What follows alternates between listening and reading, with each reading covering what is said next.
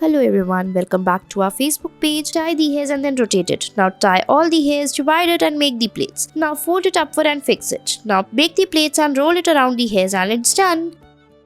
Next, fix this hair clip on the hairs. Now take small section of the hairs, roll it and fix it like this one by one. Make the plaits on the hairs like this and fold it and you're ready.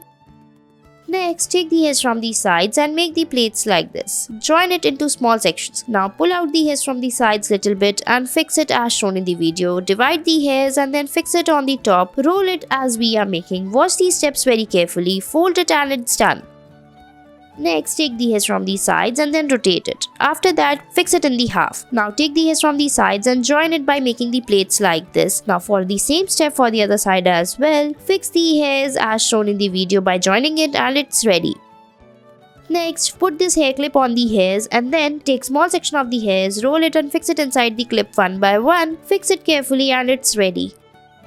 Next, tie the hairs on the top and fix this bun pin. Roll down the hairs and fix it to make a bun like this. Divide the hairs and roll it around the bun and it's ready.